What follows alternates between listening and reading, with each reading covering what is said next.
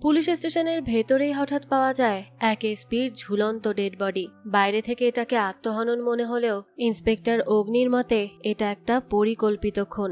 এবার তার সন্দেহের তীর গিয়ে পড়ে এসপির বউ এবং তার 2 বোনের উপর। তবে এই 3 বোনের মধ্যে কে আসল খুনি, আর এই খুনের পেছনের আসল রহস্যই বাকি। অগ্নি কি পারবে সেই সব রহস্যের সমাধান করতে আর আসল খুনিকে খুঁজে বের করতে? সেটাই দেখবো আজকের গল্প কুহেলিতে। শুরুতেই আমাদের রাধিকা নামের একটা মেয়েকে দেখানো হয়, যে আজকে নিজের ঘর খুব সুন্দর করে সাজাচ্ছিল। তখনই সেখানে আমাদের রাধিকার একটা ফ্যামিলি ফটো দেখানো হয়, যেখানে তার হাজবেন্ড আর মেয়ে তার সাথে ছিল। অন্যদিকে আমাদের একটা পুলিশ স্টেশনের দৃশ্য দেখানো হয়। একজন পুলিশ কনস্টেবল বাইরে দাঁড়িয়েছিল। একটু পরই সে পুলিশ স্টেশনের ভেতরে যায়। এরপর সে যখন একটা রুমের ভেতর যায়, তখন দেখে তাদের এসপি রানা গলায় ফাঁস দিয়ে মারা গেছে। এসপি রানা ছিল রাধিকার হাজবেন্ড।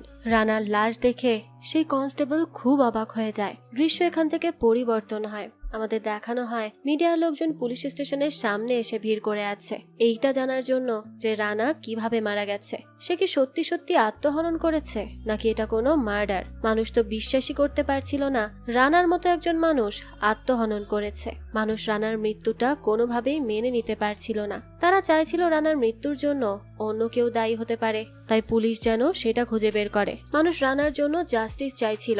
তখনই সেখানে ডিএসপি অগ্নি বসু চলে আসে। এদিকে থানার ভেতরে আমাদের রাধিকা আর তার 2 বোন দেবিকা এবং ইশিকাকে দেখানো হয়। রাধিকার অবস্থা খুবই খারাপ ছিল। সে কিছুতেই রানার মৃত্যু মেনে নিতে পারছিল না। তখন তার 2 বোন তাকে সামলানোর চেষ্টা করে। এরপরই অগ্নি রাধিকাকে জিজ্ঞাসাবাদের জন্য ডাকে। অগ্নি রাধিকাকে জিজ্ঞেস করে রানা কি খুব কম কথা বলতো? রাধিকা বলে না। অগ্নি জিজ্ঞেস করে রানা আপনার থেকে বয়সে অনেক বড়, তাহলে আপনাদের কি লাভ ম্যারেজ ছিল? রাধিকা বলে আসলে আমি আমার বাবার খুব কাছের ছিলাম। রানার সাথে যখন আমাদের দেখা হয় তখন আমার বাবা অলরেডি মারা গিয়েছিল। আমি সবসময় এটাই ভাবতাম যে আমার জীবন সঙ্গীর মধ্যে আমার বাবার মতো সব গুণ থাকবে। আমার যখন রানার সাথে দেখা হয়েছিল আমি দেখতে পেয়েছিলাম রানার মধ্যে আমার বাবার সব গুণ রয়েছে, তাই আমরা বিয়ে করেছিলাম। অগ্নি জিজ্ঞেস করে তাহলে উনি কি কোনো কারণে ডিপ্রেশনে ছিলেন? রাধিকা বলে না। অগ্নি তখন জিজ্ঞেস করে আপনাদের 11 বছরের বিবাহিত জীবন কিন্তু এখন কেমন ছিল? তখনই রাধিকা কল্পনা করে সে আর তার 2 বোন একদিন জঙ্গলে পিকনিক করতে আসে। তারা 3 জন একসাথে বসে খুব মজা করছিল। তখনই সেখানে রানা তার একজন বন্ধু সিকান্দারকে নিয়ে হাজির হয়। রানাকে দেখেই তো সেখানে থাকা সবাই কেন যেন একটু চুপ হয়ে যায়। রানা তখন এসে ইশিকার কাছে জুস চায়। এরপর হঠাৎ করেই সে রাধিকার কোলে একটা মরা পাখি ছুঁড়ে মারে। রাধিকা তো এটা দেখে খুব ভয় পেয়ে যায়। দেবিকা তখন রাধিকাকে বলে তুমি চিন্তা করো না, আমি এটা সরিয়ে দিচ্ছি। কিন্তু রানা বলে না, তোমার এটা সরাতে হবে না।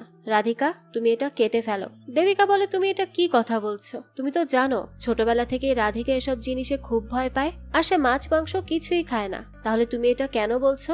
রানা তখন বলে এটাতে কি সমস্যা? আমি তো ওকে খেতে বলছি না, আর একটা পাখি মারা গেছে, এটাতে কেন ভয় পাবে? ইশিকা বলে তুমি কেন ইচ্ছে করে ওকে টর্চার করছো? বাদ দাও না। রানা তখন রাধিকাকে জিজ্ঞেস করে আমি কি তোমাকে টর্চার করছি? রাধিকা তখন অনেক ভয় পেয়ে পেয়ে বলে না। সিকান্দার বলে এত ভয় পেলে তো চলবে না বৌদি, আপনার বরের তো আপনার জন্য লজ্জা হবে। এদিকে রানা রাধিকাকে দিয়ে জোর করেই সেই পাখিটা কাটায় আর তাকে তাকিয়ে থাকতে বলে। রাধিকা এসবে খুবই ভয় পায়, কিন্তু তার কিছুই বলার ছিল না। দেবিকা আর ইশিকার রাধিকার জন্য তখন খুব খারাপ লাগে, কিন্তু তাদের কিচ্ছু বলার ছিল না। সেখান থেকে কাহিনী চলে আসে বর্তমানে। রাধিকা এই সবকিছুই কল্পনা করছিল। তখনই অগ্নি তাকে হুঁশে ফিরিয়ে আনে। 2-3 বার ডাকার পর রাধিকা আবারও স্বাভাবিক হয়। অগ্নি তখন রাধিকাকে আবারও জিজ্ঞেস করে যে আমি জানতে চাইছিলাম কিছুদিনের মধ্যে আপনাদের সম্পর্ক কেমন ছিল? রাধিকা বলে শুধু সম্পর্ক ছিল না, আমার পুরো জীবনটাই রানাকে নিয়েছিল। অগ্নি তখন জিজ্ঞেস করে তাহলে এসপি রানাকে কি কেউ মারতে চেয়েছিল? মানে এমন কারো কথা সে কখনো বলেছে যে তাকে মারতে চায়? রাধিকা তখন কল্পনা করে যে সে একবার রানাকে ঘুমের ঘোরে মারতে চেয়েছিল। এটা মনে করেই সে অগ্নিকে বলে না, এমন কেউ নেই। এরপর ইশিকাকে ডাকা হয়। অগ্নি আবারও তাকে একই প্রশ্ন করে যে রানা কি খুব কম কথা বলতো? ইশিকা বলে হ্যাঁ, সে খুব কমই কথা বলতো। অগ্নি আবারও জিজ্ঞেস করে সে কি ডিপ্রেশনে ছিল? ইশিকা বলে হতে পারে, না হলে তো কেউ আর আত্মহনন করতে যায় না। এরপর অগ্নি ইশিকাকে জিজ্ঞেস করে রানা জামাইবাবু হিসেবে কেমন ছিল? তখন ইশিকা কল্পনা করতে থাকে যে তার একটা খাবারের রেস্টুরেন্ট আছে, তার হাজবেন্ডের নাম প্রবীর, সে এখন হুইল চেয়ারেই থাকে। একসময় অ্যাক্সিডেন্ট হয়ে সে প্যারালাইজড হয়ে যায়। আগে সে অনেক ভালো ফুটবলার ছিল, তো একদিন রানা তাদের রেস্টুরেন্টে খেতে আসে। সে তখন প্রবীরকে দেখে বিভিন্নভাবে খোঁচা দিতে থাকে তার এইভাবে বসে থাকা দেখে। তখন ইশিকা রানাকে খেতে দিলে রানা ইচ্ছে করেই প্রবীরের পায়ে খাবার ফেলে দেয়, আর এরপর তার পায়ে অনেক ঠান্ডা পানি ফেলে। ইশিকা এই সবকিছু কল্পনা করে, কিন্তু বর্তমানে সে অগ্নিকে বলে জামাইবাবু হিসেবে সে অনেক ভালো ছিল, প্রতিদিন রেস্টুরেন্টে এসে আমাদের খোঁজ খবর নিয়ে যেত। অগ্নি তখন জিজ্ঞেস করে, আপনার এমন কারো কথা কি মনে পড়ে যে রানাকে মারার চেষ্টা করতে পারে? ইশিকা কল্পনা করে যে সে একদিন তার বোনেদের সামনে ছুরি নিয়ে বলেছিল, আমি কথা দিচ্ছি আমি একদিন রানাকে মারবই মারবো। কিন্তু বর্তমানে ইশিকা বলে, আমি জানি না। এরপর দেবিকার পালা আসে। অগ্নি প্রতিবারের মতোই দেবিকাকে প্রথম প্রশ্ন করে যে রানা বেশি কথা বলতো কিনা। দেবিকা বলে, আমি কখনো গুনে দেখিনি সে বেশি কথা বলে না কম বলে। অগ্নি এরপর জিজ্ঞেস করে, রানা কি ডিপ্রেশনে ভুগছিল? দেবিকা বলে, আমি তো ওর থেরাপিস্ট নয়, তাহলে আমি কিভাবে জানবো? অগ্নি আবারও তাকে একই প্রশ্ন করে যে সে জামাইবাবু হিসেবে কেমন ছিল।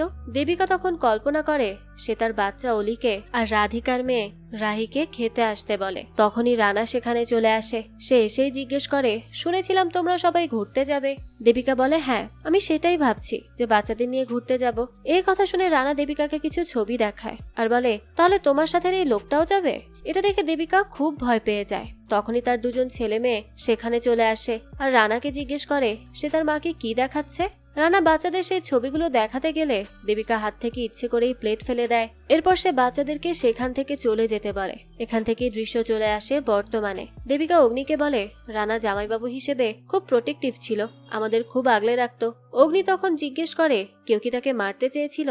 দেবিকা কল্পনা করে সে একটা লোক ভাড়া করেছিল রানাকে মারার জন্য, আর এরপর মনে মনে তার বোনের উদ্দেশ্যে বলেছিল, আমাকে ক্ষমা করে দিও, তবে আমার যে রানাকে মারতেই হবে। এখান থেকে দৃশ্য চলে আসে বর্তমানে।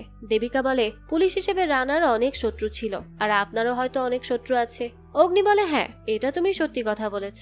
তো এরপর সবাই বাইরে গেলে সেখানে রানার লাশ নিয়ে আসা হয়। রানার লাশ দেখে রাধিকা খুব ভেঙে পড়ে, সে অনেক কান্না করছিল। কিছুক্ষণ পরে আমাদের অগ্নিকে দেখানো হয় যে একা একা বসে ভাবছিল এরা তিন বোন রানার ব্যাপারে তিন রকম উত্তর দিয়েছে। কে সত্যি বলছে আর কে মিথ্যে বলছে কিছুই বোঝা যাচ্ছে না। তখনই সেখানে হেড কনস্টেবল আসে আর অগ্নিকে জিজ্ঞেস করে রানাকে পোস্টমর্টমের জন্য পাঠানো হবে কিনা। অগ্নিও অনুমতি দিয়ে দেয়। এরপর দেবিকা, রাধিকা আর ইশিকা এরা যখন পুলিশ স্টেশন থেকে বের হয় তখন দেখা যায় মানুষ এখনো সেখানে ভিড় করে আছে। হঠাৎই ভিড়ের মাঝখান থেকে সিকান্দার এসে জোরে জোরে সবার উদ্দেশ্যে বলতে থাকে যে ইশিকা খুনি, সেই রানাকে মেরেছে, ওকে অ্যারেস্ট করো। তখনই আমাদের দেখানো হয় ইশিকার মুখ একটু মিস্টিরিয়াস হয়ে যায়, আর অন্যদিকে আমাদের পুলিশ স্টেশনের বাইরে একজন হুডি পরা লোককে দেখানো হয়। এখান থেকে দৃশ্য চলে যায় ফ্ল্যাশব্যাকে। প্রবীরের যখন অ্যাক্সিডেন্ট হয়েছিল ইশিকা তখন খুব ভেঙে পড়ে। দেবিকা তখন বিভিন্নভাবে চেষ্টা করছিল প্রবীরকে কিভাবে ঠিক করা যায়। তখনই রানা আর সিকান্দার জগিং করে সেখানে আসে। রানা এসে প্রবীরকে নিয়ে বিভিন্নভাবে মজা করতে থাকে। এইসব শুনে তো ইশিকার খুব রাগ হয়, তাই সে নিজেকে আর ধরে রাখতে পারে না। সে রানাকে বলে, আজকে প্রবীরের যা কিছু হয়েছে সব তোমার জন্য হয়েছে। আমি তোমাকে বলেছিলাম তাকে সেখানে না নিয়ে যেতে, কিন্তু তুমিই নিয়ে গেছো। সে একটা ছুরি নিয়ে এসে রানাকে বলতে থাকে, তুমি আজকে আমার হাতেই মরবে। সেই সময় দেবিকা আর রাধিকা তাকে আটকাতে থাকে। তখন ইশিকা রানাকে বলে, আমি তোমাকে প্রমিস করছি তুমি আমার হাতেই মরবে। এই কথা শুনে রানা বলেছিল, ঠিক আছে আমি অপেক্ষা করব। এরপর আমাদের একজন পুলিশ অফিসারকে দেখানো হয় যে অগ্নিকে জিজ্ঞেস করে রানার বডি এখনো নিয়ে আসা হয়নি কেন, পোস্টমর্টেম করতে কতক্ষণ লাগে, দয়া করে এবার বডিটা ফেরত চাও। অগ্নি বলে, ঠিক আছে স্যার। অফিসার বলতে থাকে, এই কেসটা মেটাতে না পারলে আমাকে রিজাইন করতে হবে। তো এরপরই অফিসার জিজ্ঞেস করে সে স্টেশন মাস্টারের নাম কি। কনস্টেবল জানায় তার নাম সিকান্দার। অফিসার বলে, সে গোটা টাউনে বলে বেড়াচ্ছে ইশিকা নাকি রানাকে মেরেছে, তাই কেসটা বন্ধ না করলে ওর মুখটাও বন্ধ করা যাবে না। এরপর সে বলে, অগ্নি একটা কথা মনে রেখো, তোমাকে স্পেশালি এই কেসটা হ্যান্ডেল করার জন্য এখানে আনা হয়েছে, কিন্তু তুমি প্রথমে যেটা করবে এই কোহেলির পুলিশ স্টেশনের সকল স্টাফের জন্য মেন্টাল থেরাপির একটা ক্যাম্প করবে। এই সোশ্যাল মিডিয়ার কারণে আমাদের কাজগুলো আরো কঠিন হয়ে যাচ্ছে, এখন আমি কি সামলাবো আমি সেটাই বুঝতে পারছি না। অগ্নি বলে, ঠিক আছে স্যার। অফিসার অগ্নিকে বলে, আমার দিকে তাকাও, আমাকে দেখি কি তোমার ডিপ্রেশনের মানুষ মনে হচ্ছে? অগ্নি বলে, একদমই না। তখন অফিসার কনস্টেবলের দিকে তাকায়। কনস্টেবল বলে, আমি সবসময় হাসি খুশি থাকি। অফিসার বলে, হাসি খুশি থাকলেও তুমি ডিপ্রেসড, তাই তুমি চুপ থাকো। এরপর সে অগ্নিকে বলে, আচ্ছা অগ্নি, তুমি আমাকে একটা কথা বলো তো, তুমি কি একজন ডিপ্রেসড মানুষ? অগ্নি বলে, আমি জানি না। অফিসার বলে, জানি না বললে হবে না, তোমার কি সবসময় মন খারাপ থাকে নাকি মন ভালো থাকে সেটা বলো। অগ্নি বলে, মাঝে মাঝে মন খারাপ থাকে, আবার মাঝে মাঝে ভালোও থাকে। অফিসার বলে, তার মানে তুমি মাঝে মাঝে ডিপ্রেশনে ভোগো, তাই যে ক্যাম্পটা করবে সেখানে নিজের নামটাও দিয়ে দিও। এই বলে অফিসার সেখান থেকে চলে যায়। এরপর আমাদের দেখানো হয় অতীতে একদিন তারা সবাই মিলে একসাথে ডিনার করছিল। প্রবীর ফুটবল খেলে একটা কাপ জিতেছিল, আর সেটা নিয়ে সবাই খুব আনন্দ করতে থাকে। কিন্তু রানার তো এসব ভালো লাগে না। আমরা জানতে পারি দেবিকার স্বামী প্রতীক ছিল কোহিলি জেলার জেলা ম্যাজিস্ট্রেট। সে প্রবীরকে বলে, সিএম আমাকে ফোন করে পার্সোনালি তোমার নাম্বার চেয়েছে। এ কথা শুনে সবাই খুশি হয়ে যায়, কিন্তু রানার এটা শুনে খুব রাগ হয়। তখন প্রবীর বলে, আমি তোমাদের একটা কথা বলিনি, আমাকে মুম্বাইয়ের কেটিএফসি থেকে কন্ট্যাক্ট করেছে।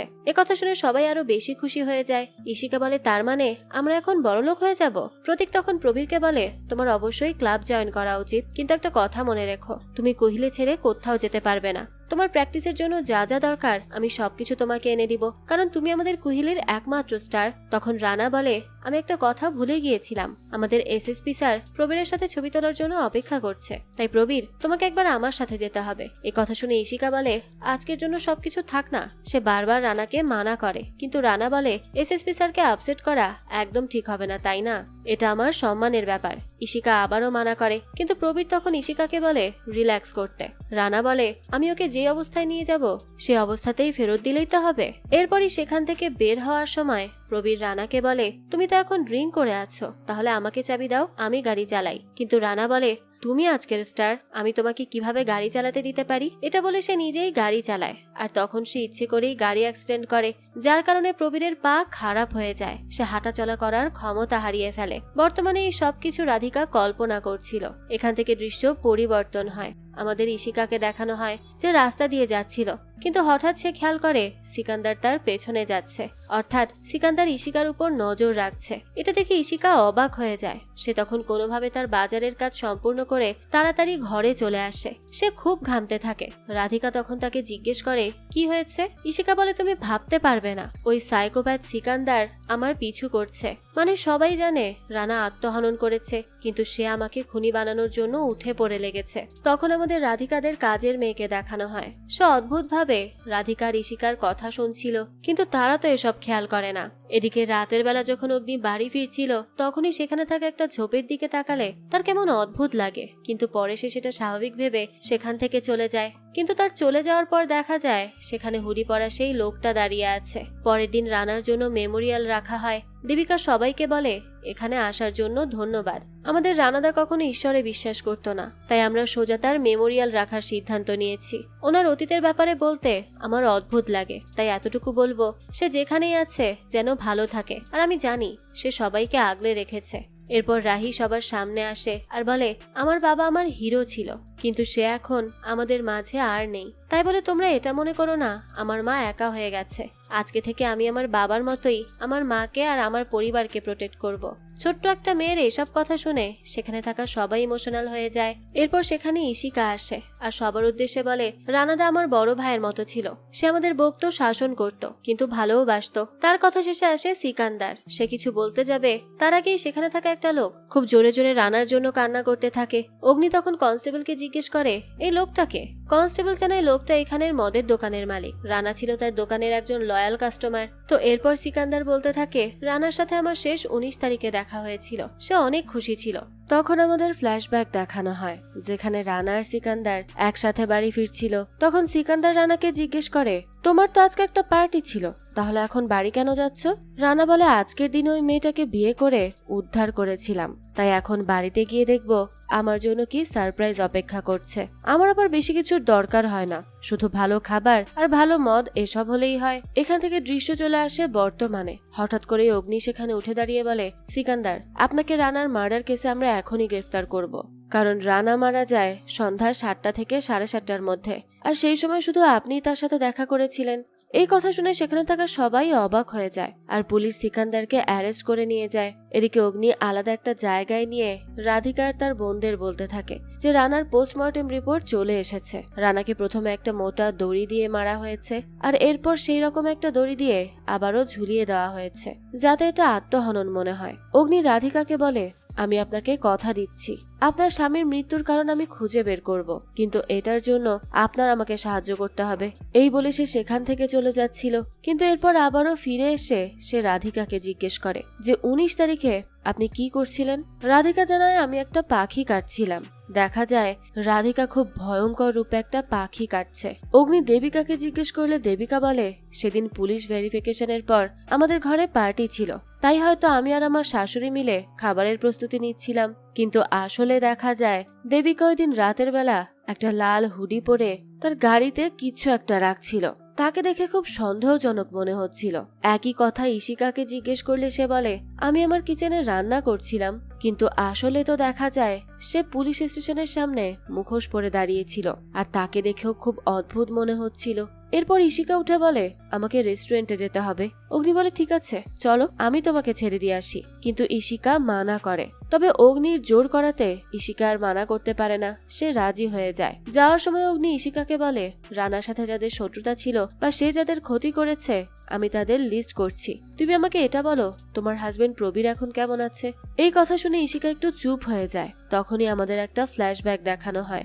রানা যখন ইশিকার রেস্টুরেন্টে খাবার নিতে এসেছিল তখন ইশিকা তার খাবারে কিছু একটা মিশিয়ে দিয়েছিল। এরপরই আমাদের সিকান্দারকে দেখানো হয়। অগ্নি তাকে জিজ্ঞাসাবাদ করতে থাকে। সিকান্দার বলে, টানা 3 দিন আমার বন্ধু রানা হসপিটালে পড়েছিল, কারণ ইশিকা তার খাবারে ইঁদুর মারার ওষুধ মিশিয়ে দিয়েছিল।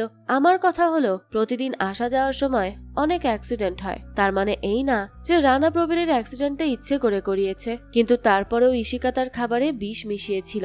তবে পরে তার রেস্টুরেন্টের যিনি শেফ ছিল তাকে কাজ থেকে তাড়িয়ে দেওয়া হয়। একটু ভুল করে রানা প্রবীরের গায়ে স্যুপ আর পানি ফেলে দিয়েছিল। এটা দেখে ইশিকা রানার কোয়ার্টারে চলে গিয়েছিল তাকে মারবে বলে। এখানে আমাদের ফ্ল্যাশব্যাক দেখানো হয়। রানা আর সিকান্দার বসেছিল। রানা সিকান্দারকে বলছিল, আমি ভুল করে প্রবীরের গায়ে একটু স্যুপ ফেলে দিয়েছিলাম।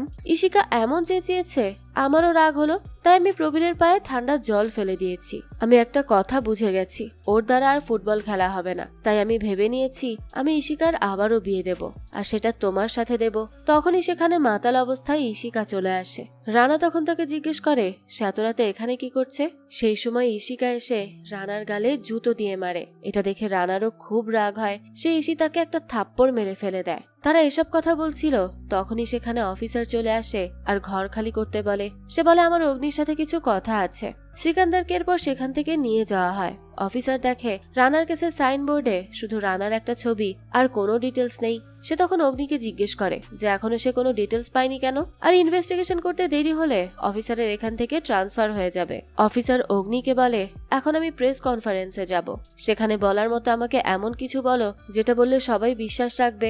অগ্নি বলে, রানার ধরা কোনো ক্রিমিনালই এই কাজ করেনি, এটা মার্ডার হয়েছে, কিন্তু যে করেছে তার এটা প্রথম মার্ডার। খুব ডিটেলসের সাথে সে মার্ডারটা করেছে।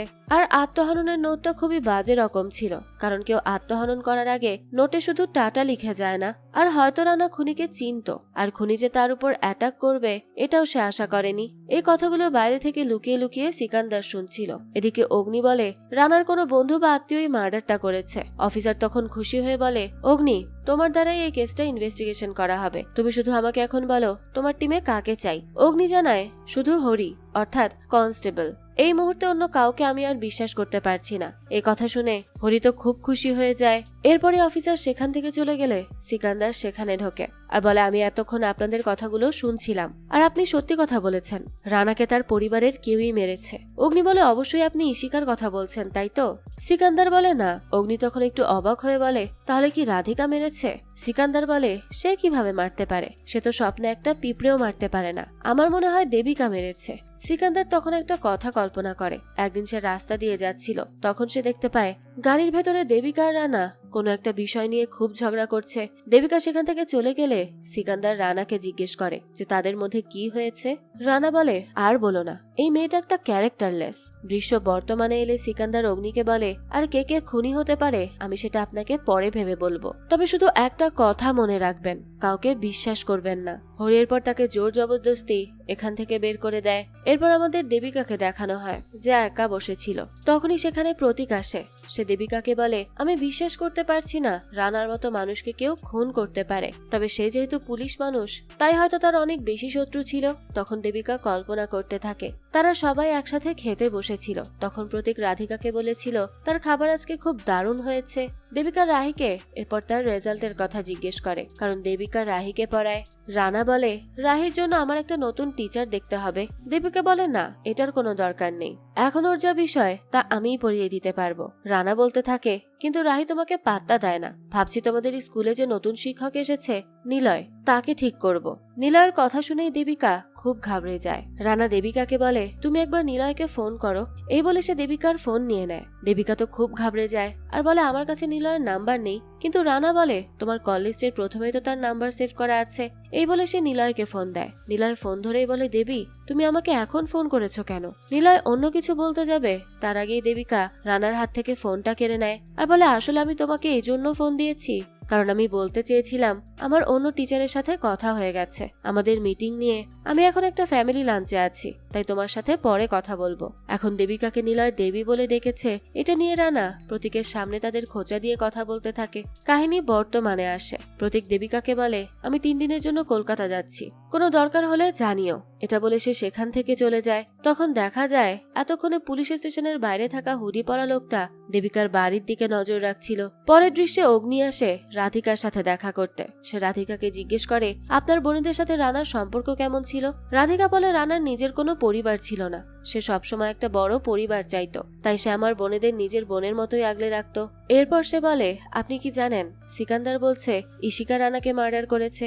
রাধিকা বলে, আসলে একবার সে রানার উপর অ্যাটাক করেছিল, সেই জন্যই হয়তো সিকান্দার এমনটা ভাবছে, কিন্তু সে সেটা ইচ্ছে করে করেনি। প্রবীরের তখন মাত্র অ্যাক্সিডেন্ট হয়েছিল, ইশিকার মাথা ঠিক ছিল না। অগ্নি বলে, আমি সেটার কথা বলছি না। আপনি কি জানেন ইশিকা একবার রানাকে জুতো দিয়ে তার গালে মেরেছিল? রাধিকা তখন কল্পনা করে সেদিন রাতে রানা বাড়ি এসে রাধিকাকে খাবার দিতে বলেছিল, কিন্তু রাধিকা বারবার রানাকে জিজ্ঞেস করছিল তার গালে এসব কিভাবে লাগলো। বিরক্ত হয়ে রানা রাধিকাকে অনেক মেরেছিল।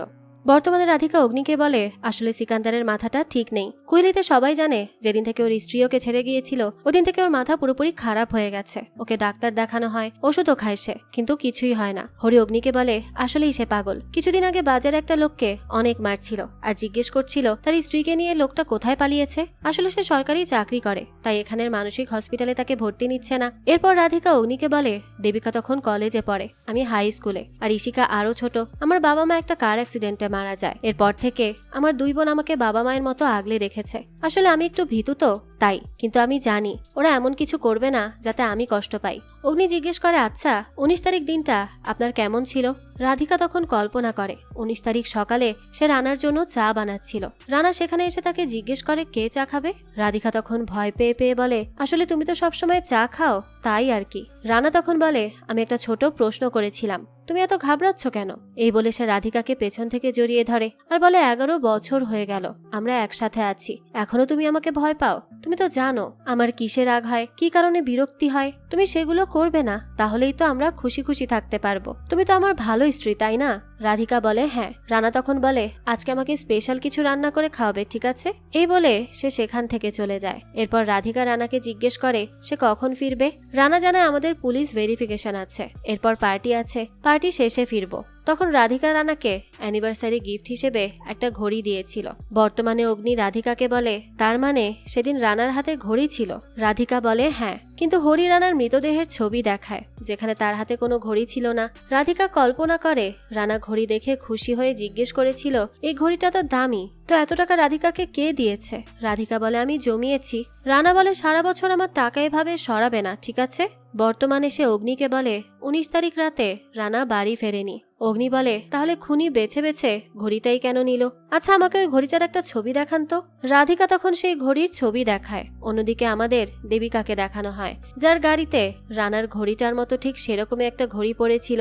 দেবিকা গাড়ি করে যাচ্ছিল, হঠাৎই তার গাড়ির সামনে সেই হুডি পরা লোকটা চলে আসে। এখানে এসে দেবিকাকে বলে, আপনি আমাকে ভাড়া করেছেন রানাকে মারার জন্য, কিন্তু এরপর আপনি নিজেই তাকে মেরে দিলেন। দেবিকা তখন কিছুই বলে না। লোকটা বলে, তাহলে এবার আমাকে 10 লাখের বদলে 20 লাখ দিতে হবে, না হলে আমি অগ্নির সাথে দেখা করে সব বলে দিব।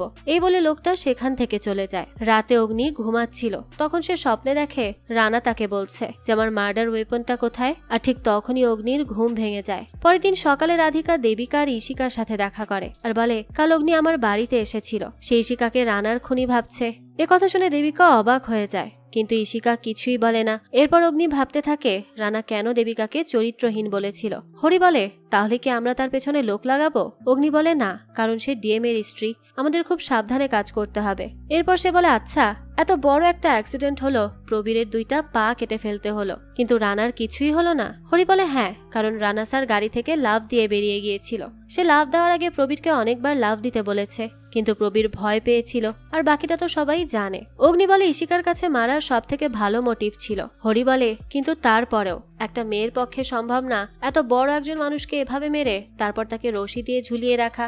অগ্নি বলে, তাহলে হয়তো তার সাথে স্ট্রং কেউ ছিল। হরি বলে, হ্যাঁ, সেটা হতে পারে। অগ্নি এরপর বলতে থাকে, সে অ্যাক্সিডেন্টের পর রানার গাড়ির আরো একটা অ্যাক্সিডেন্ট হয়েছিল, তাই না? হরি বলে, হ্যাঁ, হয়েছিল। অগ্নি তখন বলে, তাহলে তুমি সেই গাড়ি ঠিক করা লোকেদের ডাকো। হরি বলে, কুহিলিতে পুলিশের গাড়ি ঠিক করে এমন একজন মানুষই আছে। অগ্নি বলতে থাকে, তাকে নিয়ে এসো। এদিকে আমাদের রাধিকাকে দেখানো হয়। সে ইশিকাকে জিজ্ঞেস করে, ইশিকা কেন রানাকে জুতো দিয়ে মেরেছিল?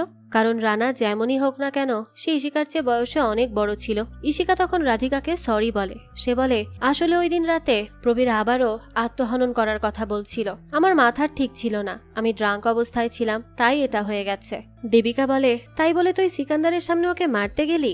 রাধিকা বলে, আমি অগ্নিকে বলে দিয়েছি সিকান্দারের মাথা নষ্ট। রাধিকা আবারও বলে, অগ্নি আমাকে রানার ঘড়ির কথা জিজ্ঞেস করেছে, হয়তো যার কাছে ঘড়ি আছে সেই খুনি।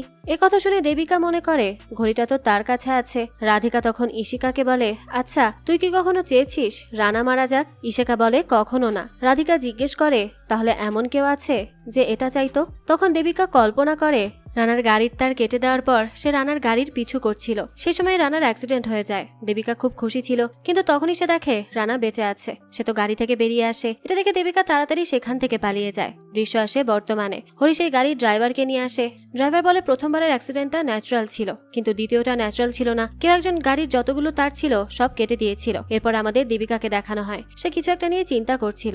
রাধিকা তখন তাকে জিজ্ঞেস করে, তার কি হয়েছে? দেবিকা কিছুই বলে না। রাধিকা তখন দেবিকাকে জিজ্ঞেস করে, আচ্ছা, পুলিশ কি ধরে নিয়ে যাবে নাকি? দেবিকা বলে, তুই চিন্তা করিস না, আমি সবকিছু ঠিক করে দিব, আমি তোদের কিচ্ছু হতে দিব না। এদিকে পুলিশ স্টেশনে অগ্নি হরিকে বলে, রানাকে খুন করার আগেও অন্য কেউ তাকে মারার চেষ্টা করেছিল, কিন্তু একটা কথা, রানার ফুড পয়জনিং হওয়ার পর যে রিপোর্টটা বেরিয়েছিল সেটা জোগাড় করার চেষ্টা করো, আর আমি একবার ইশিকার সাথে কথা বলবো, দেখো সে কোথায় আছে। এদিকে দেবিকা রাধিকা আর ইশিকাকে বলে, আমি স্কুলে যাব, তার আগে চল তোদের ড্রপ করে দিয়ে আসি। রাধিকা বলে, না, আমরা একদমই একসাথে যাব না, আমি রানাকে দেখেছি, সে যখনই কাউকে সন্দেহ করতো তার বাড়ির উপর নজর রাখতো। অগ্নি নিশ্চয়ই একই কাজ করবে। সে যদি দেখে আমি তোদের সাথে দেখা করছি, সে ভাববে আমরা মার্ডারের ক্লু লুকাচ্ছি, সেই শিকাকে আরো সন্দেহ করবে, তাই আমাদের আলাদা যাওয়া উচিত। দেবিকা বলে, আচ্ছা ঠিক আছে, আমরা আলাদা গাড়িতে যাব। তখনই দেবিকার ফোনে একটা ফোন আসে। দেবিকা 15 লাখ টাকা অ্যাকাউন্টে ট্রান্সফার করতে চাইছে। এ কথা শুনে ইশিকা তাকে জিজ্ঞেস করে, 15 লাখ টাকা দিয়ে কি করবি? দেবিকা বলে, অলির জন্য একটা ইনভেস্টমেন্ট করব। ইশিকার কথাটা একটু অন্যরকম লাগে, কিন্তু সে আর কিছুই বলে না। এদিকে হরি এসে অগ্নিকে বলে,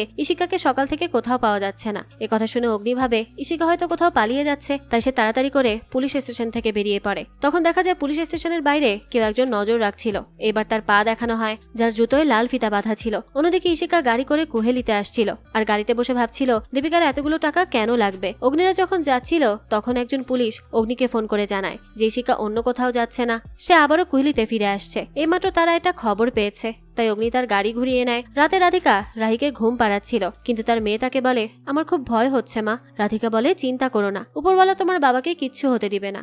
রাহি বলে, কিন্তু বাবা তো এসবে বিশ্বাস করতো না। তখন রাধিকার মনে পড়ে কিভাবে সে পুজো দিয়ে আসলে রানা তার উপর রেগে যেত, কিন্তু আজ সে আলমারি খুলে তার মেয়েকে মূর্তি দেখায়। তারপর সে তার মেয়েকে বলে, একটা কথা মনে রেখো, কোনো কাজ যদি ভালো হয় কিন্তু সামনের জন বলে এটা ভালো না, তাহলে তোমাকে সেই কাজ লুকিয়ে করতে হয়। অন্যদিকে আমাদের দেবিকাকে দেখানো হয় যে রাতের অন্ধকারে দাঁড়িয়ে রানা সেই ঘড়ি আগুনে জ্বালিয়ে দিচ্ছিল। তখন সেখানে ইশিকা চলে আসে আর একটা বিষের বোতল সে আগুনে ফেলে। আমাদের তখন একটা ফ্ল্যাশব্যাক দেখানো হয়। একদিন দেবিকা আর ইশিকা আলাদাভাবে রানাকে মারতে যায়, কিন্তু ঘরে গিয়ে তারা একজন অপরজনের সামনে চলে আসে, কিন্তু শেষ পর্যন্ত তারা রানাকে মারতে পারে না। তারা বাইরে চলে আসে। দেবিকা ইশিকাকে জিজ্ঞেস করে, তুই কি প্রথম তাকে মারতে এসেছিস নাকি আরো চেষ্টা করেছিস? ইশিকা বলে, আরো একবার করেছিলাম। দেবিকা জিজ্ঞেস করে, কেন? প্রবীরের জন্য নাকি রাধিকার জন্য?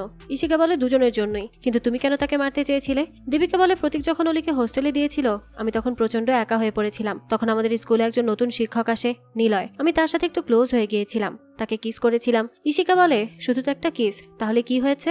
দেবিকা বলে, এটা রানাদা দেখে ফেলেছিল। সে প্রতিদিন আমাকে এটা নিয়ে ব্ল্যাকমেইল করতো। আর সত্যি বলতে যখন আমি রাধিকার গায়ে মারার চিহ্ন দেখি আমার খুব খারাপ লাগে। আমি তোকে বলে দিচ্ছি, আর একদিন যদি আমি রাধিকার গায়ে কোনো মারের চিহ্ন দেখি তাহলে আমি সত্যি সত্যি একে মেরে ফেলবো। ইশিকা বলে, তাহলে চল একসাথে মারি। কাহিনী বর্তমানে আসে। দেবিকা ইশিকাকে বলে, ননী গোপাল আমাকে ব্ল্যাকমেইল করছে।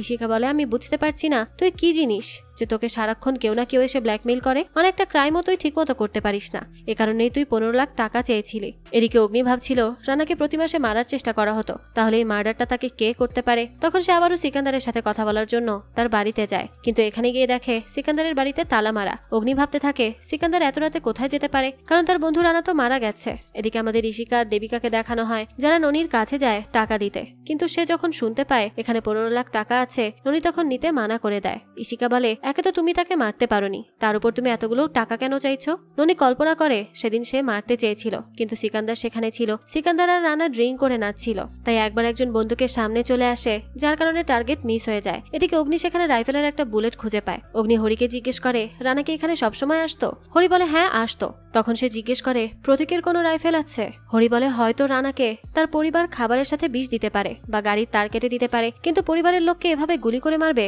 এটা মনে হয় না সম্ভব। অগ্নি বলে, বাড়ির লোক কি করতে পারে সেটা তোমার ধারণাও নেই। এরপর আমাদের একটা ফ্ল্যাশব্যাক দেখানো হয় যেখানে রানার খুব কোমরে ব্যথা ছিল। সে রাধিকাকে বলে তার জন্য ওষুধ নিয়ে আসতে। রাধিকা তাকে বলে, তুমি উপরে উঠে আসো, আমি ওষুধ নিয়ে আসছি। কিন্তু রানা উঠে আসার আগে রাধিকা সিঁড়িতে ইচ্ছে করে তেল ফেলে দেয়। দেখা যায় রানা সিঁড়ির উপরে উঠতে গেলে সে সিঁড়ি দিয়ে আবারও পড়ে যায়। দৃশ্য বর্তমানে আসে। অগ্নি হরিকে বলে, এই বুলেটের বন্দুক যার যার কাছে আছে সবার লিস্ট আমাকে এনে দাও। তখন সেখানে সিকান্দার চলে আসে। সিকান্দার ঘুমের ঘরে বলতে থাকে, আমার কালকে ঘুম হয়নি তাই এরকম লাগছে। কালকে রাতে আমি রানাকে খুব মিস করছিলাম, কিন্তু সকাল সকাল আপনি আমাকে কেন ডেকে এনেছেন? অগ্নি সেই বুলেটটা দেখিয়ে বলে, এটা কবে থেকে আপনার দরজায় লাগানো ছিল? সিকান্দার বলে, এই পেরেকটা তো অনেকদিন আগে থেকেই আমার দরজায় আছে। অগ্নি বলে, এটা কোনো পেরেক না, এটা একটা বুলেট। এই কথা শুনে সিকান্দার প্যানিক করতে থাকে আর বলে, আমার স্ত্রীকে নিয়ে যে ছেলেটা পালিয়েছে সে আমাকে মারার চেষ্টা করছে, আমাকে পুলিশ প্রোটেকশন দিন। অগ্নি বলে, এটা আপনাকে না, রানাকে মারার জন্য করা হয়েছিল। আর এই বুলেটটা কবে থেকে আপনার দরজায় আছে? সিকান্দার বলে, রবিবার থেকে আছে। সিকান্দার ড্রিঙ্ক করে ঘরের বাইরে বের হয় আর দেখে এখানে তার দরজার সামনে বুলেট, কিন্তু সে ভেবেছিল এটা কোনো পেরেক। তখন থেকেই সেটা পেরেক হিসেবে ব্যবহার করে। এরপর আমাদের একটা ফ্ল্যাশব্যাক দেখানো হয়। রাধিকা যখন সিঁড়িতে তেল ঢেলে রেখেছিল তখন রানা সেখানে পড়ে যায়, কিন্তু এরপর সে আবারও উপরে উঠে আসে। রাধিকা তখন ভয় পেয়ে বলে, আমি ভেবেছিলাম তুমি পড়ে গেছো। রানা বলে, হ্যাঁ, তুমি যে সিঁড়িতে তেল রেখেছিলে সেগুলোতে পা দিয়ে আমি পড়ে গিয়েছিলাম, কিন্তু পড়ে গিয়ে আমার ব্যথা ঠিক হয়ে গেছে, আর এখন সেটা পরিষ্কার করে দাও। তো এরপর দৃশ্য বর্তমানে আসে। রাধিকা তার কিচেনে গান গাইছিল আর কিচেন পরিষ্কার করছিল। তখনই সেখানে তাদের কাজের লোক আসে। কাজের লোক রাধিকাকে একটা কফি উপহার দেয়। আসলে যতদিন রানা বেঁচে ছিল সে কখনো রাধিকাকে কফি খেতে দিত না। রাধিকা এটা দেখে খুব বেশি খুশি হয় আজকে। অন্যদিকে অগ্নি ফোনে অফিসারের সাথে কথা বলছিল। সে বলছিল, আমরা মার্ডার ওয়েপন এখনো পাইনি, তবে একটা ক্লু পেয়েছি, একটা বুলেট। আমাদের রাধিকা আর তার কাজের মেয়েকে দেখানো হয়। এরপর তারা স্টোর রুম পরিষ্কার করছিল। তখনই কাজের মেয়ে সেখানে একটা মোটা দড়ি খুঁজে পায়। দড়িটা দেখে মেয়েটা রাধিকাকে বলে, তুমি এটা এখানে কেন রেখেছো? এখান থেকে দৃশ্য পরিবর্তন হয়। আমাদের দেবিকাকে দেখানো হয়। প্রতীক দেবিকাকে ফোন করে আর বলে, তুমি এখনই রাধিকার কাছে যাও। পুলিশ নাকি সিকান্দারের বাড়িতে একটা বুলেট পেয়েছে। সেই বুলেট নাকি রানাকে মারার জন্য চালানো হয়েছিল, তাই পুলিশ ভাবছে এখন রাধিকা আর রাহির জীবন বিপদে আছে। কথা শুনে দেবিকা অবাক হয়ে যায়। এদিকে আমাদের হরিকে দেখানো হয় যে অগ্নিকে এসে বলে, এই কুহেলি শহরে 4 জনের কাছে সেই একই রকম বন্দুক আছে। 3 জন রিটায়ার্ড আর্মি অফিসার আর একজন আমাদের রানা স্যার। কথা শুনে অগ্নি বলে, তাহলে চলো, রানার বাড়িতে যাওয়া দরকার। এদিকে ইশিকা আর প্রবীর নিজেদের মধ্যে কিছু কথা বলছিল। তখন সেখানে দেবিকা এসে বলে, আমার ইশিকার সাথে অনেক গুরুত্বপূর্ণ কথা আছে। এই বলে সে ইশিকাকে সেখান থেকে নিয়ে যায়। অগ্নি তখন রানার বাড়িতে গেলে দেখে রাধিকা আর তাদের কাজের লোক সেই দড়িটা বাইরে লাগিয়ে সেখানে জামা কাপড় শুকাতে দিচ্ছে। তার দড়িটা দেখে সন্দেহ হয়, তাই সে জিজ্ঞেস করে এই দড়িটা রাধিকা কোথা থেকে এনেছে। কাজের মেয়ে বলে এটা আমি এনেছি। এদিকে দেবিকা ইশিকাকে বন্দুকের ব্যাপারে সবকিছু খুলে বলে। দুজন তো খুব ভয় পেয়ে যায়, তাই দেবিকা ননিকে ফোন করে আর বলে পুলিশ তোমার বন্দুকের নাম জেনে গেছে, এখন তোমাকে খুঁজছে, তাই যত তাড়াতাড়ি সম্ভব এই শহর ছেড়ে পালিয়ে যাও। ননি বলে তোমাদের প্ল্যানটা খুব ভালো, কিন্তু আমি এখন এখান থেকে যাব না, কারণ তোমরা এখনো আমাকে বাকি টাকা দাওনি। সেই টাকা পাবো তারপরেই যাব। আর আমি কি এতই বোকা নিজের বন্দুক দিয়ে রানাকে মারতে যাব? আমি রানার বন্দুক দিয়েই তাকে শুট করেছিলাম, যাতে আমি কোনো ঝামেলায় না পড়ি। এরপর দেবিকা আর ইশিকা একটা সিদ্ধান্ত নেয় যে তারা রাধিকাকে সবকিছু খুলে বলবে, যে এতদিন পর্যন্ত তারা কি কি করেছে। অন্যদিকে অগ্নিকে দেখা যায় সে দুজন পুলিশ অফিসারকে রাধিকার কাছে রেখে যায় তার প্রোটেকশনের জন্য। দৃশ্য চলে যায় রাতের বেলা। অগ্নি হরির সাথে ফোনে কথা বলছিল যে কালকে তারা কোনো একটা অ্যাকশন নেবে ইশিকার বিরুদ্ধে। এসব নিয়ে কথাবার্তা শেষ করে সে নিজের ঘরে যায়, আর তখনই তার কিছুটা অদ্ভুত লাগে। আর তখনই হঠাৎ তার রুমে এসে মুখোশ পরা কেউ অগ্নির মাথার পেছনে একটা বাড়ি মারে আর তাকে সাথে সাথে অজ্ঞান করে দেয়। এখান থেকে দৃশ্য পরিবর্তন হয়। আমাদের দেবিকা আর ইশিকাকে দেখানো হয় যে রাধিকাকে কথা বলার জন্য ডাকে। তারা দুজন রাধিকাকে বলে আমরা দুজন অনেকবার রানাদাকে মারার চেষ্টা করেছিলাম, কিন্তু প্রতিবার ব্যর্থ হয়েছি। এ কথা শুনে রাধিকা বলে আমিও অনেকবার তাকে মারার চেষ্টা করেছিলাম। তার কথা শুনে দেবিকা আর ইশিকা অবাক হয়ে যায়। দৃশ্য পরিবর্তন হয়। কিছুক্ষণ পর হরি এসে অগ্নিকে জাগিয়ে তোলে। অগ্নি হরিকে বলে যে করেই হোক এখনই তোমাদের সিকান্দারের সাথে দেখা করতে হবে। এদিকে ভোর হয়ে যায়। রাধিকারা 3 বোন মিলে নিজেদের সময় কাটাচ্ছিল। রাধিকা বলে আমি প্রতি রাতে চেষ্টা করতাম রানাকে মারার, কিন্তু আমার সাহস হতো না। দেবিকা বলে শোন, আমি আমার জীবন দিয়ে হলেও তোকে বাঁচাবো। এরপর অগ্নিকে দেখানো হয় সে বলছিল রানার গুলি দিয়েই তাকে মারার চেষ্টা করা হয়েছে। অগ্নি আরো বলতে থাকে ইশিকা দেবিকা এদের 2 বোনকে অ্যারেস্ট করতে হবে। তখনই সেখানে পিটার নামের একজন চলে আসে। সে বলে ননি দেবিকাকে কিছু কারণে ব্ল্যাকমেইল করছে। এরপর সে ভিডিও দেখায় যেটা সে লুকিয়ে লুকিয়ে নিয়েছিল। যখন ননি আর দেবিকা ফোনে কথা বলছিল, অগ্নি বলে ননি কলকাতার একজন বিখ্যাত শুটার, সে অনেকবার মানুষকে মেরেছে, কিন্তু কোনো প্রমাণ রাখে না সে। অগ্নি তাই সিদ্ধান্ত নেয় ননিকে ধরবে। অনেক দৌড়াদৌড়ির পর অবশেষে সে তাকে ধরতে পারে। এরপর তাকে জিজ্ঞাসাবাদের জন্য নিয়ে আসা হয়। ননি অগ্নিকে সবকিছু খুলে বলে যে দেবিকা তাকে ভাড়া করেছিল রানাকে মারার জন্য, কিন্তু সে মারতে পারেনি। দেবিকার যে অন্য ছেলের সাথে রিলেশন ছিল সেটাও সে জানায়। এসব শুনে হরি বলে এই কারণে রানা দেবিকাকে চরিত্রহীন বলেছিল। ননি বলতে থাকে আমি এখানে সবকিছু স্বীকার করে নিয়েছি, কিন্তু আপনারা যদি আমাকে কোর্টে নিয়ে যান আমি বলবো আপনারা আমাকে সবকিছু শিখিয়ে দিয়েছেন। অগ্নি বলে সেটা আমি জানি, তাই তুমি এখান থেকে চলে যাও। এরপর সে ভাবতে থাকে ইশিকা নাকি দেবিকা রানাকে মেরেছে, কারণ তাদের দুজনের কাছে এখন কারণ ছিল রানাকে মারার। তখন আমাদের রাধিকাকে দেখানো হয় যে একটা কাগজ আগুনে পোড়াচ্ছিল, এখানে লেখা ছিল সিইউ। তখনই আমাদের একটা নতুন পুলিশকে দেখানো হয়। একটু পরে দেখা যায় পুলিশ দেবিকা আর ইশিকাকে অ্যারেস্ট করে আনে। সে তাদের কিছু জিজ্ঞেস করতে যাবে, তখনই রাধিকা চলে আসে আর বলে ওদের কোনো দোষ নেই, আমি সব খুলে বলছি। তখনই সেখানে পুলিশ অফিসার চলে আসে আর বলে ইনভেস্টিগেশন এখনই বন্ধ করুন। অগ্নি বলে আমি বুঝতে পারছি আপনার উপর চাপ আছে, কিন্তু আমাকে আর 1 ঘন্টা সময় দিন, আমি সবকিছু বের করে ফেলেছি। তখন সেখানে সিকান্দার চলে আসে। তাকে দেখে অগ্নি বলে ও একটা পাগল, ও আমার উপর অ্যাটাক করেছে, ওকে মেন্টাল হসপিটালে ভর্তি করা উচিত। অফিসার বলে ও পাগল না, ও শুধু অর্ডার ফলো করেছে। এখনই সার্থকী নামের একজন পুলিশ সেখানে চলে আসে, একটু আগে যাকে দেখানো হয়েছিল। অগ্নি জিজ্ঞেস করে আমি কি জানতে পারি সিকান্দার আমার উপর কেন অ্যাটাক করেছিল? সার্থকী বলে এই কথাটা আমি বলবো। ধরুন আমাদের বিয়ে হয়েছে এবং বিয়ের পর থেকে আপনার স্বামী আপনাকে গালাগালি করে, এতদিন পর আমার লাশ পাওয়া গেল, তাহলে সেই কেসটা কি পুলিশ আপনাকে ইনভেস্টিগেশন করতে দিবে? অগ্নি বলে আমি তো কিছুই বুঝতে পারছি না। তখনই সার্থকী রানা আর অগ্নির খুব ক্লোজ একটা ছবি দেখায় আর বলে আপনারা যখন একসাথে কলকাতায় শুটিং ক্লাস করতেন তখন তো আপনাদের ভালো মিল ছিল, সহজ ভাষায় বলতে গেলে আপনাদের প্রেম ছিল। এসব কথা শুনে রাধিকা অবাক হয়ে যায়। অগ্নি তখন চুপ করে থাকে। দেবিকা বলে এতদিন আমাকে চরিত্রহীন বলতে, এখন তো দেখছি তুমিও চরিত্রহীন। এরপর অগ্নিকে বলা হয় তার সব ইনভেস্টিগেশন বন্ধ করে দেওয়া হয়েছে, তার লাইসেন্সও ক্যান্সেল করে দেওয়া হয়েছে। রানার কেসে এখন অগ্নি সব থেকে বড় সাসপেক্ট, তাই আজ থেকে এই কেস অগ্নি না সার্থকী সামলাবে। অগ্নি বলে আমি ভিকটিমকে জানতাম মানে এই না যে আমি সাসপেক্ট। সার্থকী বলে সবকিছু ঠিক আছে, কিন্তু আপনার রিপোর্ট অনুযায়ী আপনি 20 তারিখে কুহেলিতে আসেন রানার কেস নিতে, কিন্তু তাহলে আপনি 19 তারিখে কুহেলিতে কি করছিলেন? সেই সময় আমাদের একটা ফ্ল্যাশব্যাক দেখানো হয় যেখানে 19 তারিখ সিকান্দারের সাথে কথা বলে রানা বাড়িতে ফিরছিল। তখনই মাঝ রাস্তায় হঠাৎ অগ্নি এসে রানার গাড়ির সামনে দাঁড়ায়। আর এই সাসপেন্সের সাথে সাথে এই গল্পটাও এখানেই শেষ হয়ে যায়। তবে কি রানার মৃত্যুর সাথে অগ্নি কোনো না কোনো ভাবে জড়িত? তবে কি এতদিন সে নাটক করছিল সবার সামনে? কি রহস্য লুকিয়ে আছে এই সব কিছুর পেছনে? তা তো আমরা এর পরবর্তী সিজনেই জানতে পারবো। আর এর পরবর্তী সিজন যখনই আসবে তা আমি আপনাদের জন্য এক্সপ্লেইন করার চেষ্টা করব। যাক, এই তো ছিল আজকের গল্প। এই গল্পটা আপনাদের কাছে কেমন লেগেছে সেটা অবশ্যই আমাদেরকে কমেন্ট করে জানাবেন। যদি এতটুকুও ভালো লেগে থাকে তাহলে একটি লাইক দিয়ে যাবেন। আর হ্যাঁ, আমাদের এই এই চ্যানেলে কিন্তু প্রতিনিয়তই নতুন নতুন ভিডিও আপলোড করা হয়। সেই সব ভিডিওর আপডেট পেতে আমাদের চ্যানেলটিকে সাবস্ক্রাইব করে বেল আইকনে অল দিয়ে রাখতে কিন্তু ভুলবেন না। আর একটা কথা, আমাদের সকল ভিডিওর আপডেট পেতে জয়েন করতে পারেন আমাদের হোয়াটসঅ্যাপ চ্যানেলে, লিংক ডেসক্রিপশন বক্সেই দেওয়া আছে। আজকে তাহলে এই পর্যন্তই, আবারও হাজির হব নতুন কোনো ভিডিও নিয়ে। সেই পর্যন্ত সবাই ভালো থাকবেন আর আমাদের চ্যানেলের সাথেই থাকবেন। ধন্যবাদ।